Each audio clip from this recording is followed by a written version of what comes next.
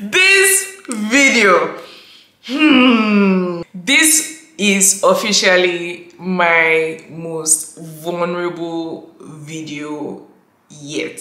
I ended last year, that's the year 2021, an emotional wreck. But I have gone ahead to have literally one of the best years of my life. Not because it wasn't challenging, but because there were certain things that I did that helped me have one of the best and most productive years of my life so far. I decided to put my business out there and be as vulnerable as possible in this video because I know that there are people that are stuck in unhelpful and unproductive cycles. I know how it feels. So if my vulnerability, if my story can help someone, it's worth it. Now that being said, let's go right into the things that I implemented to turn my life around this year, 2022.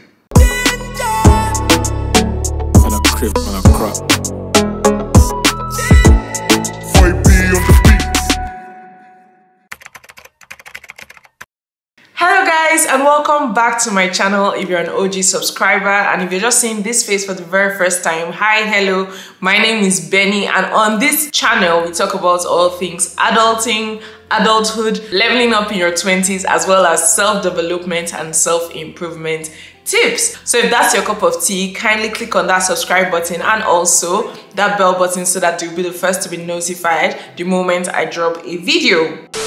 So I ended the year 2021 an emotional wreck. I basically cried myself into the new year because some unhelpful patterns that I had, developed over the years, some unhelpful cycles had basically caught up with me, one of which was pornography and masturbation. So those habits actually began in 2020 during the COVID outbreak, during the pandemic. Statistics show that the pornography industry basically experienced a boom during that period. It basically started off as curiosity, but from curiosity, I found myself in this unhelpful and addictive pattern of, returning back to this pornography and masturbation. And you don't realize how much some habits actually affect your life until things have basically piled up and everything just blows up in your face. In order to change your life, the very first and most important tip I would say worked for me in this year is I had to be conscious of the things I watched. So basically the problem was a lack of self-control, and despite everything I tried to do to stop, it just seemed like I kept on falling back into my comfort zone, falling back into this cycle until I was able to just sit down and have a conversation with God. And I remember asking him, like, how do I stop? How do I move on from this? Because it seems like you decide to stop and then maybe you have 1 or 2 good months and then you fall back into the cycle, or let's say they're just like a never-ending stream of temptations. And then he said that the solution is very simple. Stop watching Netflix. Guys, first of all, anyone that knows me knows that I was a self-professed movie junkie, TV junkie, series junkie, particularly Netflix junkie, and every baby that Netflix has. I literally knew almost all the sites that I could stream movies and series for free, and I would literally binge watch series, allow these things to steal my time and to steal my life without realizing it. And as I allowed these things, they were basically like, they didn't leave me empty. They were pouring things into me because they wanted me to come back and continue to watch them and patronize the business. So imagine telling a movie junkie or a Netflix addict, I'm sorry, you can't watch this thing again because this is what is, causing you to plunge into unhelpful cycles and unproductive patterns. I was just like, that's impossible. And I remember just being scared, like, I don't know how this would work, but God help me. The craziest thing happened. The moment I decided to stop, guys, you will not believe it. Everything stopped. I started by taking it 1 day at a time, and then a month passed, 4 months, 5 months, and I wasn't watching Netflix. So I found myself watching more helpful content on YouTube, trying to improve my YouTube channel, trying to focus more on like my career and more on ministry and more on education. Because obviously I had to fill that time I spent binging Netflix with something else. And these things I was filling it with just kept on giving me a fresh passion for life, like a fresh zeal and fire for life. And I just found myself just pushing towards my goals, being conscious about wanting to like be better, and actually implementing major changes in my life. Like I started reading books, like helpful books. That is something I had stopped doing for a long time. And the crazy thing is, you would think you don't have time, but you have time. You just spend most of your time doing things that are unproductive and unhelpful long term.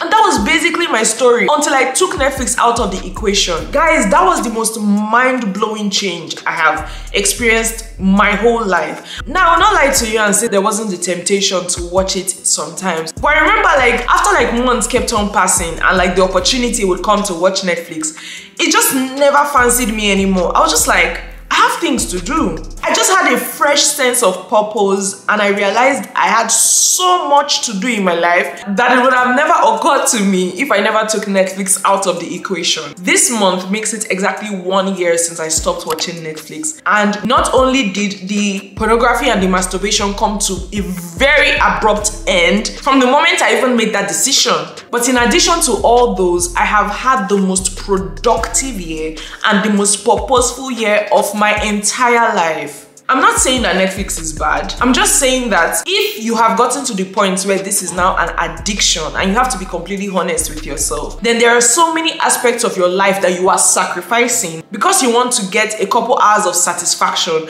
that in years to come, you won't even remember more than 90% of the movies or the series that you've watched. And you would also find out that they've barely impacted your life positively. So I know a lot of people might watch this and be like, I don't get it. Like, it's just Netflix. I use it to relax. But like I said, this may not apply to everyone, but to whom it may concern, what you watch and the time you spend watching it may be stealing your time from the things that actually matter and may actually be robbing you of your life as well.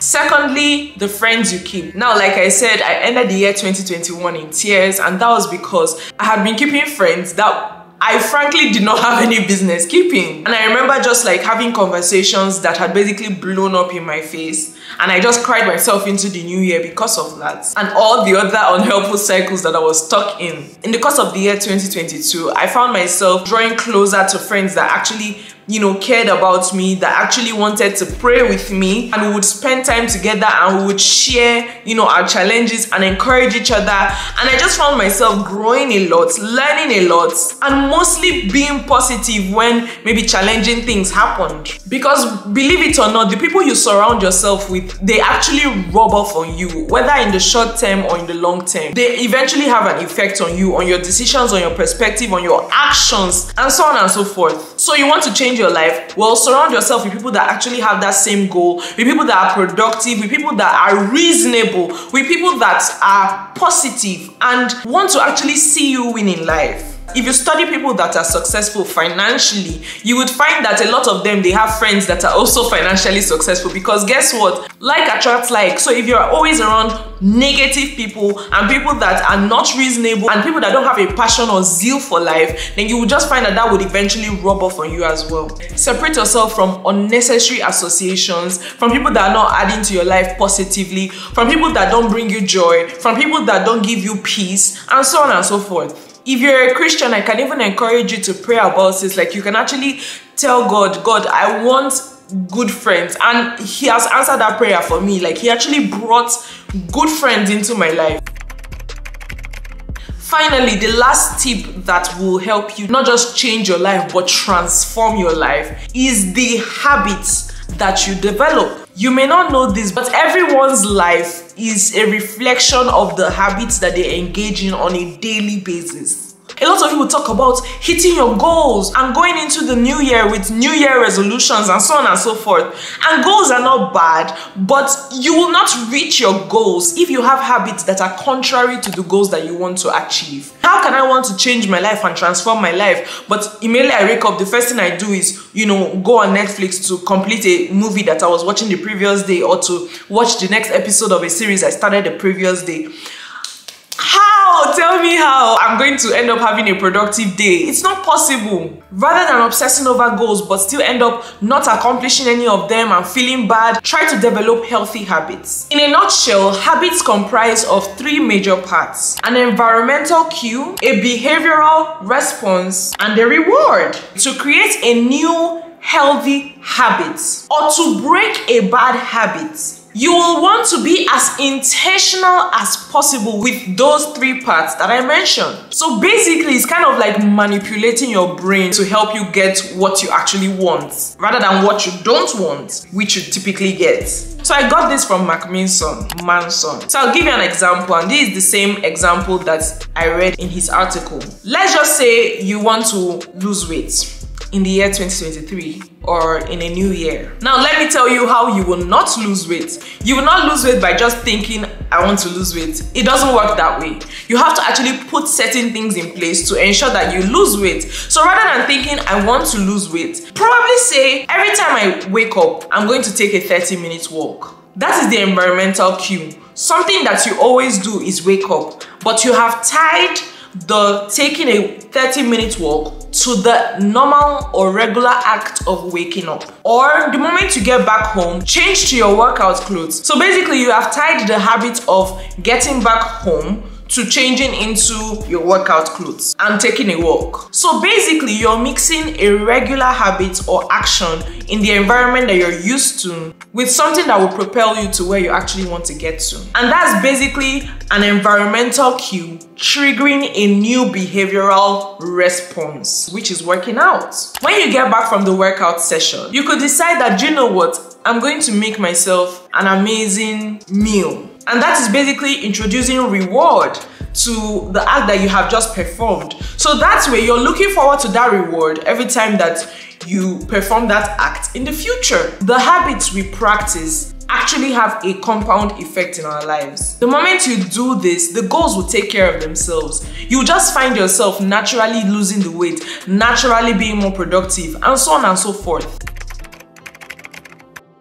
None of these things will make a difference if you don't make that decision in your head to actually want to see a change. You would literally be surprised at how much your life can change with simple changes. I hope these tips helped. If you have any further tips, kindly put it in the comment section below. And if you got any form of value from this video, kindly click on that subscribe button and also the notification bell that is right beside the subscribe button so that you'll be the first to be notified whenever I post a new video. Till the next time we see, never be afraid to share your stories, spread love, and have fun. Bye!